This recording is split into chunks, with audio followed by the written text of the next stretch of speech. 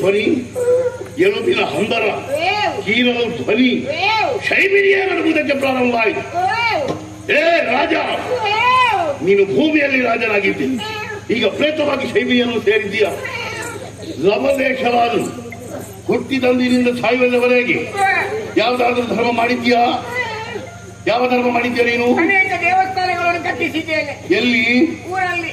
ಯಾವಾಗ? ಯಾವ ಗದ್ದೆಯಲ್ಲಿ ಬರೆದಿಟ್ಟದ್ದು ಪುಸ್ತಕ ನೋಡ್ಬೇಕಷ್ಟೇ, ತಾರೀಕು ನೆನಪಿಲ್ಲ. ಅದು ನಿನಗೆ ಎಷ್ಟು ಸಿಕ್ಕಿದೆ ಅಂತ ಬರೆದಿಟ್ಟದ್ದು ನೀನು. ದೇವಸ್ಥಾನ ಕಟ್ಟಿದ್ದಲ್ಲ ಪಾಪಿ ಮಗನೇ, ನಿನ್ನನ್ನು ಹೀಗೆ ಬಿಡುವುದಿಲ್ಲ. ಕೆಲವರಿಗೆ ಹಾಗೆ ಮಾಡುದು, ನಾನು ದೇವಸ್ಥಾನ ಕಟ್ಟಿದ್ದೆ, ಅದು ಗೊತ್ತುಂಟ?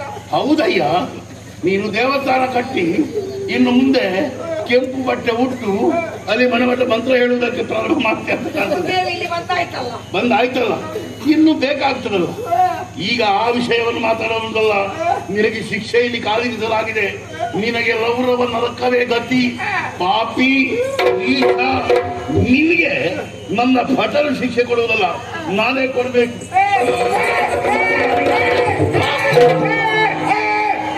ಸಾವಕಾಲದೊಳಿವನು ಪಾಪ ಚುಪ್ಪರಿಸಿವೆಯ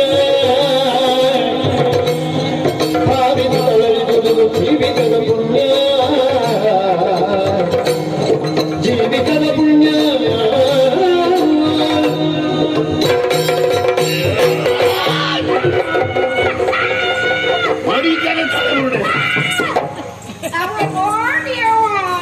ಮತ್ತೆಂತ ನೀನು ಅಂತ ಇವನಿಗೆ ನಾವು ಶಿಕ್ಷೆಯನ್ನು ಕೊಡಲೇಬೇಕು.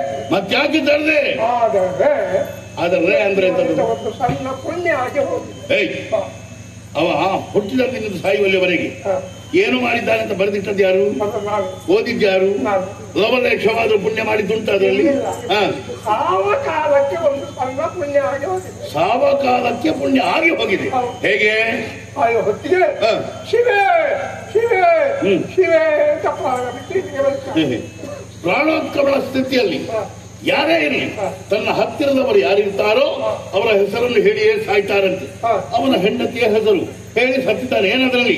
ಹೆಂಡತಿಯ ಹೆಸರೇ ಇರಬಹುದು, ಆದರೆ ಅದರ ಮೂಲ ಹೆಸರು ಯಾರದ್ದು? ಲೋಕದ ದಕ್ಷಿಣದಂತಹ ಶಿವನ ಮರದಿ ಶಿವೆ. ಆ ಹೆಸರನ್ನು ಹೇಳಿದಕ್ಕೆ ಬೇಕಾಗಿ ಒಂದು ಸಣ್ಣ ಪುಣ್ಯ ಆಗಿದೆ.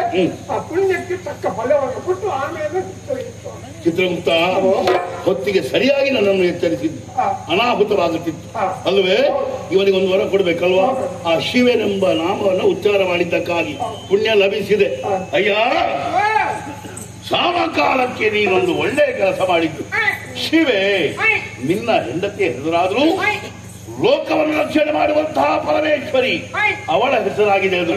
ಹಾಗಾಗಿ ಒಲಿದು ನಿನಗೊಂದು ವರವನ್ನ ಕೊಡ್ತೇನೆ. ಏನು ಬೇಕು ಕೇಳಿಕೋ.